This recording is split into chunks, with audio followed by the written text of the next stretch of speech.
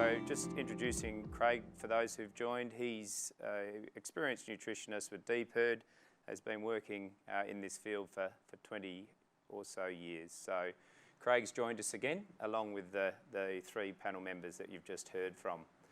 Firstly, one for Peter. I was interested to see if you have noted trends across your client base from the lower rainfall areas into more reliable production areas, if you've seen differences in behaviour in terms of securing inputs and probably nitrogen in particular. Yeah, thanks, David. I guess if we look at the north, the northern eastern wheat belt clients have typically, in the case of UAN, liquid nitrogen, filled up all their tanks in preparation for that. And also those that use urea, so that if you go to the seeding nitrogen requirement, that's been secured. As we go down to the southern high rainfall areas, basically seeing the seeding fertiliser being secured, but not a lot of change in terms of what's expected. And how is grower behaviour influencing supplier behaviour? Where are the shipments currently, particularly for nitrogen, and also in terms of securing supply, particularly for in-crop applications of nitrogen? Yeah, I think what we're seeing is that there's certainly been some hesitation in ordering nitrogen. Everyone's aware that nitrogen peaked at levels that no one would want to order at. And it certainly has come off, as I said, about 390 US a tonne. That certainly translates, from the peak to about 500 Aussie dollars per tonne. And there's certainly some hesitancy. But with the risks with Russia invading Ukraine, some of the client base are now taking a risk management view and securing about half of what their additional requirements might be. Yeah. So it's interesting, the attitude to risk. We've had that come up in each presentation so far. And I was just going to ask you, Liz, have you noticed much change over time with the surveys that you've done over that 25 years, effectively, as to that farmer attitude to risk, particularly in relation to nitrogen applications? Yeah, certainly have seen a change through time with prices changing and nitrogen changing, and nitrogen prices changing, and also a change in the types of crop grown as well. Towards the attitudes towards risk, I guess I've seen crops become, over this time, I'd say crops becoming a lot more profitable. So the aim has been towards maximising profits by growing more crops and putting on the amount of nitrogen that the crop's going. So I guess I've been seeing people really going to profit maximising rather than a real concern about risk, in my view. Yep. And James, one for you. We're talking about banding nitrogen, the risk in terms of crop establishment and some of those production-based risks that come through trying to get those efficiencies.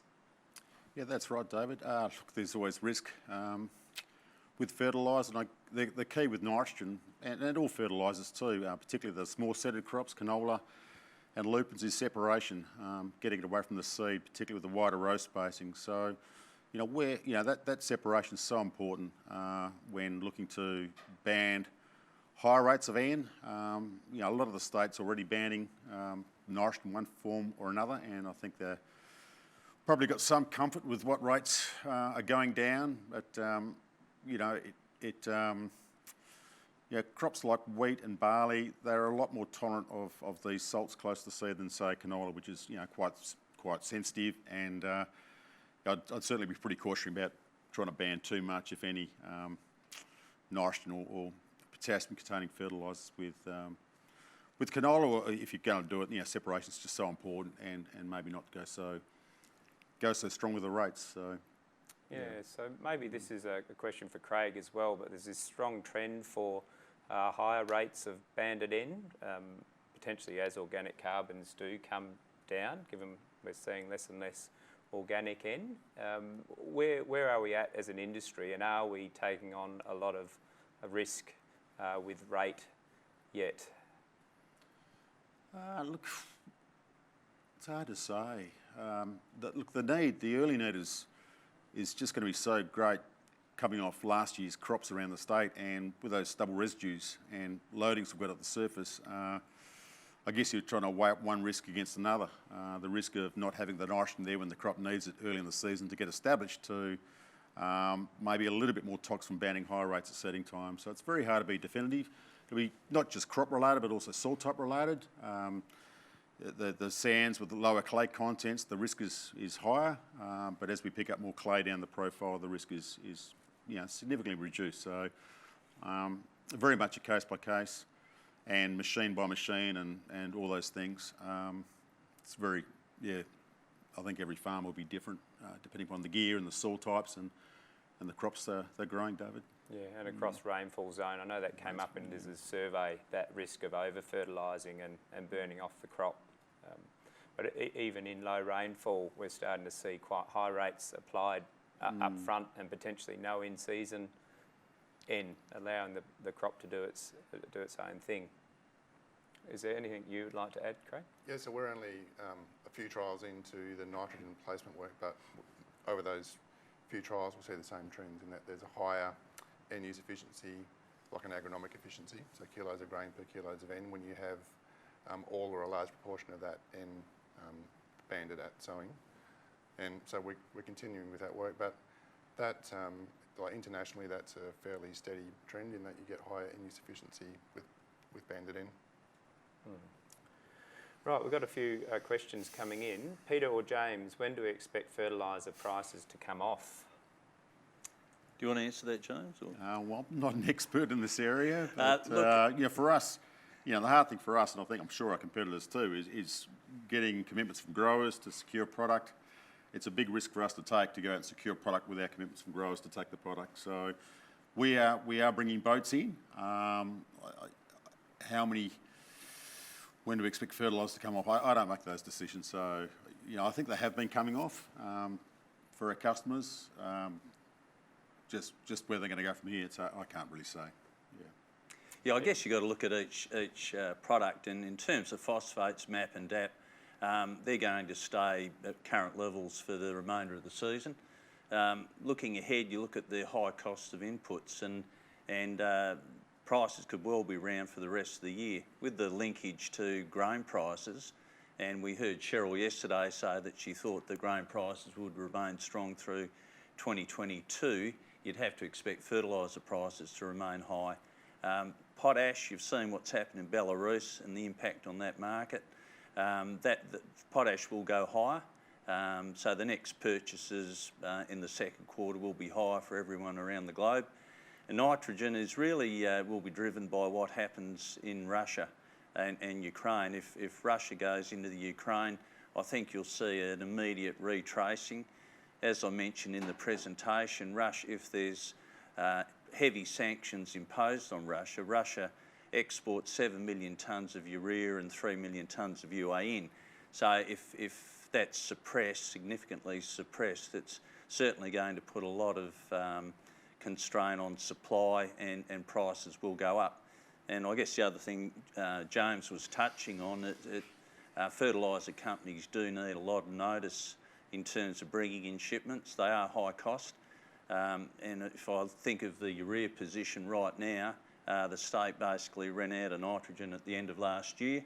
We've only had one urea ship unloaded, the second one this week. So I would say in my 40 years in the industry, it's probably the lowest level of nitrogen on hand in the state. So this is also part of the risk management decision. It's not just price, but also supply that needs to be considered. And the logistics of getting it out onto the farm too. If we get this wave coming through of COVID, we lose the truckers on the road, not able to cart the product out from our sheds, that could maybe it's more about supply, or as much about supply as price, I think. I think the lead time for bringing it in is up around 3 months. So, and with the uncertainties around around the world at the moment. Yeah, I think it's a good time to be talking to your suppliers about securing product. So just on that, if there is conflict and there's issues in the Ukraine, are we likely to see the likely supply issue bite as hard this year for in-crop nitrogen, or are fertiliser companies going to be prepared to take positions with knowing that there's more than just a one-year spike in prices? I don't think we'd be wanting to gamble too much. To bring in a ship of urea, I understand it's up around $30 million, so it's a lot. It's a big outlay for the companies to take those positions. But by the same token, we are bringing some boats in, and I think that how tight things get during the season will depend a lot upon what the demand is and the break we get to the season, and what sort of subsoil moisture levels we've got, and how much canola goes in. So I don't think there'll be a lot of fat in the system this year. Yeah, I think, look, if Russia does go in, the point I made in the presentation was that Russian UAN supplies a big proportion of the market. So if that's suddenly removed, and if there's sanctions imposed, then I'm pretty sure the Australian companies won't secure product from Russia. There are alternatives, no doubt, but I think UAN could get reasonably tight. There obviously can be made up by urea, but again, fertiliser companies will need plenty of notice, and so waiting to the last minute, I think growers need to take that into consideration in their risk management. Yeah, so interesting. Another socioeconomic factor there, Liz, with fertiliser truck drivers as well. All of the supply chain issues for this next little period. Yeah, it could be tricky, especially in the logistics of it, really. The price is likely to go up, but it's the availability and logistics and getting it on the farm can be probably almost more problematic than that. So, yeah. Yeah, so it sort of feeds back into logistics straight away. There's often it's a hard line to draw between the two there, so it's one complex world, isn't it? But that's true, it's all related. Yeah, there was a picture about, a question rather, about local production of nitrogen fertilisers from gas. Would that keep prices more competitive? That's one for you, Peter, I think. Look, there is a project on the books in Western Australia with Strike Energy, and my understanding is that they have their own gas, and that would make that project viable and competitive. But any urea project's a $2.5 billion investment, so therefore to raise those funds you need return on investment. So it would certainly assist, but it's not going to be a dramatic reduction for WA farmers as opposed to importation. Yeah. James, have you got a comment about CSBP as the local manufacturer, just what's going on in terms of ammonium nitrate and the mining industry, and how that would look for this current crop for UAN production? Yeah, I look at the lion's share of the ammonium nitrate we produce goes to the mines, and we're fortunate to get what we can to make Flexian, but yeah, I think the mines pay a bit more for it than what the growers will, so I'm not sure how big a buffer that'll be for supply. Yeah, have you got any thoughts just with volumes historic, Peter, for UAN and what we can do locally? Oh, look, it's fair. I think it's fair to say that if Russian shipments are cut off, there's no doubt that the companies that import UAN will look to other suppliers, but I think suppliers will get very tight, and that would have to be replaced with urea. Yeah, so this is really interesting, isn't it? This isn't just Australia, but we're going to see nutrients supply restricted and potentially yields limited in our farming system, let alone what goes on globally. So yesterday I did hear a statement that grain prices could be going up significantly, but this is likely to feed into pricing, which is where the reference would have come from yesterday, I'd imagine. Yeah, the sliding door is Russia doesn't go into Ukraine, price continues to fall, China puts urea into the global market, And we could see come June, July, urea prices right down. So that's really what's on balance. So in between that, there's, you're going back to near record high prices if Russia invades, as opposed the other side is the tanks turn round and China starts re-exporting. And then we can see, with the high grain prices, urea nitrogen at a very affordable level. So, but it is a balance and it's a risk management decision. Okay, I have let Slido, I've let a question slide through on Slido, but it related to stubble residue. So I don't know if we can go back and get that, but no, we can't. But relating to it, I didn't quite grasp it. I was really interested, Craig, just to ask you about the implications of frost and nutrient residues in frosted crop and the time that it takes for nutrients to remobilise and become available. Yeah, that's not something that we've measured, but assuming that there is little or no nutrients taken away in grain and the bulk of it's as residue, crop residue. So the release pattern would follow the normal release pattern from residues. So potassium comes out very quickly, a few rainfall events and the bulk of potassium comes out because it's not a structural component in plant residues. But the nitrogen and the phosphorus requires some degradation of the residue. So for residue that's on the ground, I imagine the bulk of that in the current season, but for residue that's standing, I don't know, but that certainly would be slower because it isn't as wet for long and not in contact with the ground. Yeah, James, do you have any comment? Yeah, well, the other thing is too, just how that to be made available, things like phosphorus need to go through a mineralisation process. So obviously there's still a lot of carbon in those cereal stubbles, and really when you're looking at phosphate fertiliser requirements in any years, to me it's as much about how available it is from what we supply and just soil reactions and the sort of start we get to the season.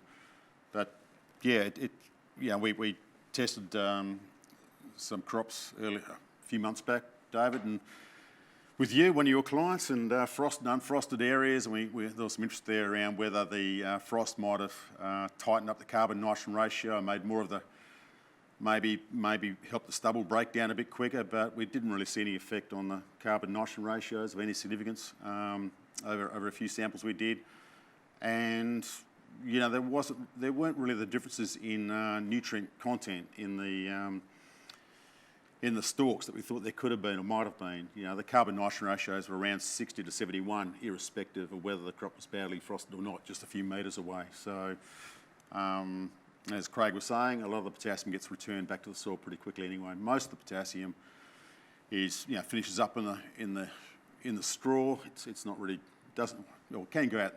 Does go out the gate at a quicker rate than phosphorus, but the lion's share stays behind, and I think is made pretty well available to the next crop anyway. Yeah. Have you done any economics, Craig, on the cost of burning some of these large stubbles in relation to the higher fertiliser price? Or James again?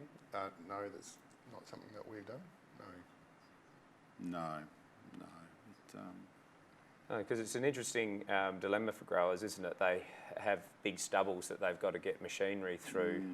There's a lot of value in that stubble nitrogen, yet they've got to buy high-priced nitrogen to start making that available. So, I think that the long-term benefits are there from retaining the stubble, and that work I think of John Kierkegaard's over east was saying, he essentially finding you needed 5 to 6 kilograms of nitrogen to break down 1 tonne of carbon, 1 tonne of stubble residue. So if we've grown big crops with a lot of stubble, a lot of the nitrogen we apply to the surface or to those stubbles will be taken up by the bugs, immobilising it, and that nitrogen won't be available to the crops, at least in the shorter term in the year of application, I wouldn't have thought. So yeah, as I said before, I think where there are these heavy stubble loads, I think it's probably a bit extreme to be burning stubbles to reduce that tie-up, because there's a lot of longer term benefits associated with retaining the residues, and we need to be looking at those longer term benefits. And so this comes back to banding more nitrogen where it's safe to do so, I think, yeah.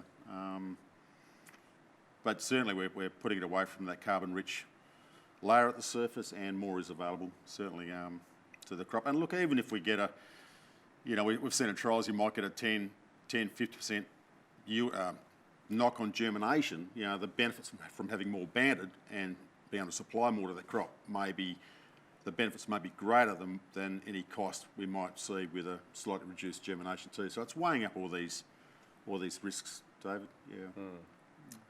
Yeah, thanks, James. Okay, so we've got a question here. Profit maximising seems to be the constant topic of discussion. With high fixed costs of operation, the thought of missing the peak carries a degree of financial risk as well. Is the risk of overdoing fertiliser higher than underdoing, given this? Well, we might start with you on that one, Liz. Yeah, I mean, we found in our survey that if a grower was concerned about burning the crop, then that was important in how much time they spent on their fertiliser strategy. But overall, if we were to put a rule of thumb on it, it's more is less. So in our survey results, we found it's better off to put more and make sure we get the full profit of the full potential yield given rainfall, rather than applying less and missing out. So yeah, I would say no. I think we need to be applying make sure we can apply to get the yield response as much as possible. That's my response. I don't know if anyone else would have anything more to add. I think if your crops are going to respond, for sure, but there will be areas where we won't get the responses we might like, and I think the risk of over-fertilising those, certainly as I showed with that trial, where you've got other constraints, there's a huge risk of overdoing it, I think. But where you've got the potential and you haven't got the constraints and you know what you need, and yeah, the paddocks have got the track record, I don't think the risk is anywhere near as great. And in the lower rainfall areas, again, the risk is mitigated quite a bit by the fact that what's not used in the season of application will carry over to the following years and benefit following crops, and help maintain carbon.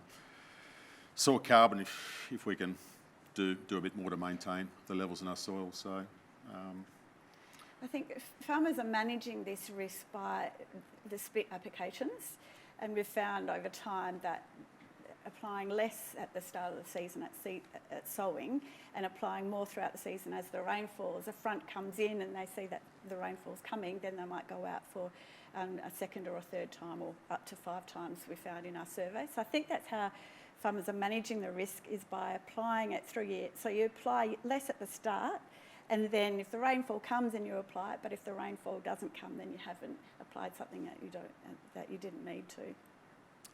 And that can be tricky too. Just 3 or 4 years ago, the north, I don't think, had a rain after the first week in August, and farms are holding back, and they just never got the nitrogen on. There were, I mean, the yields weren't great, but certainly where there was a bit more potential, I think some crops did suffer by not having that nitrogen supplied to them early in the season. So it's just all about the risk, isn't it? Really, and covering yourself as best you can. I guess it would also vary business by business based upon the level of fixed end coming into the farm, either as lupins or as good quality pastures. So obviously, as you have more fixed end coming into the system, you're less dependent on fertiliser and to be getting to maximum yields and from a farm business point of view, maximum profit. Yeah, so thanks for that comment, Craig. There's a question for you, Liz, about seeing more pulses or legumes, either crops or pastures, in the farmer's rotation to reduce nitrogen fertiliser requirements. Has that come up in the survey? Yeah, definitely, that the amount of legumes in the system impacted how much nitrogen was going on, and especially how much time a farmer or farm business puts into determining their strategy. That's right. So, I mean, the more pulses or perhaps pastures in the system, the more perhaps resilient the system is. It's not only good for nutrition, it's good for a disease balance as well. So yes, more pulses in the system means they can manage fertiliser, especially with higher prices. But I guess there's a caution that that's not the be-all or end-all too. So if we do have these really high crop prices that we need to weigh up also the profit margin of the pulse compared to, say, a wheat barley crop. And the pastures, and have that balance right, but you don't want to be putting on too much and really missing on these profitable cash crops as well. So it's a difficult balance. Yeah, and that varied across all the zones, no doubt, as you surveyed. Yeah, that's North to true. south. Although I think Craig mentioned earlier, there's more lupins in the northern zone, so that was more important up there where they can get higher lupin yields compared to other zones. So there was some differences across regions, but not a lot. Thanks, Liz. Right, so we've got another one here. Given the soil N bucket concept promoted by James Hunt and the requirement for maintaining soil N to maintain soil carbon and the structural function that brings, and discussion around carbon neutrality in our farming systems and role of maintaining soil carbon how do we value this currently with nitrogen dollars? So there's a fair bit to that, isn't there? It's almost a question that needed to be asked yesterday. Where shall we go with that? Maybe start with you, Craig, if you're able to expand on that. Yeah, so the core of that idea is to build your soil nitrogen bank, I guess. And so it's dependent upon having good residual value of your applied N, which is, so in those simulation studies, we're able to demonstrate a residual value. That's challenging for the way that we look at nitrogen in WA, because we assume that applied N has basically no residual value, but we do for phosphorus and potassium. So you could quite easily come up with a number of scenarios where you would expect applied N to have no residual value, so the high leaching scenarios.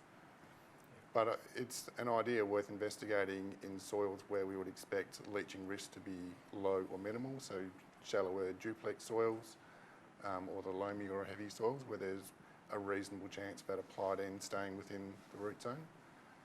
I can't remember if that modelling study included a site from WA, but it's an interesting idea and certainly something worth exploring, not only from a yield, meeting a yield demand point of view, but also from an investment point of view. So, you know, we're happy to make investment in deep ripping or spading or the phosphorus potassium. So it's essentially the same concept, a big investment up front of nitrogen in a system where we get a longer term benefit from it. So it's quite good to talk about nitrogen positively in relation to soil carbon and the way that carbon can be built, given what we heard yesterday. Thanks, Craig. There's another one for you here. Your talk specifically spoke of the crop's response being the biggest influencing factor. Are there any differences in crop N response using urea or Flexi-N? And how should we view this in the mix of risk management decisions, since per unit of N supplied, Flexi-N is already more expensive than urea? Yeah, we haven't done any comparisons within the current projects. The only work I'm aware of is the early work that Steve Loss led with the urea versus UAN applications. And from that work, they were about equivalent from memory. So I guess the key, in terms of the comparison between urea and UAN, there's probably small differences there. It's probably more about logistics and coverage in particular. But really the core question there is assessing what the level of response is likely to be to that applied N, given what you know about your likely yields and likely responsiveness. Did you want to add anything to that, James? I know you had that slide with the banding efficiency. That's been, the experience we've had too. I mean, people use Flexi-N because the logistics and even its application, speed of application is a big one too, getting over paddocks a lot quicker. It's not as volatile as urea. These are all small things, very hard to measure in a field plot trial. The one thing I will say about those trials we did do, that Lossie headed up some years ago, the results from those trials are sort of biased. Well, they could be biased because the urea was evenly applied over the plot. So whether that actually happens in paddocks, it doesn't always happen, and that can make urea a less attractive option, I think, if you can't get it evenly spread over the paddock.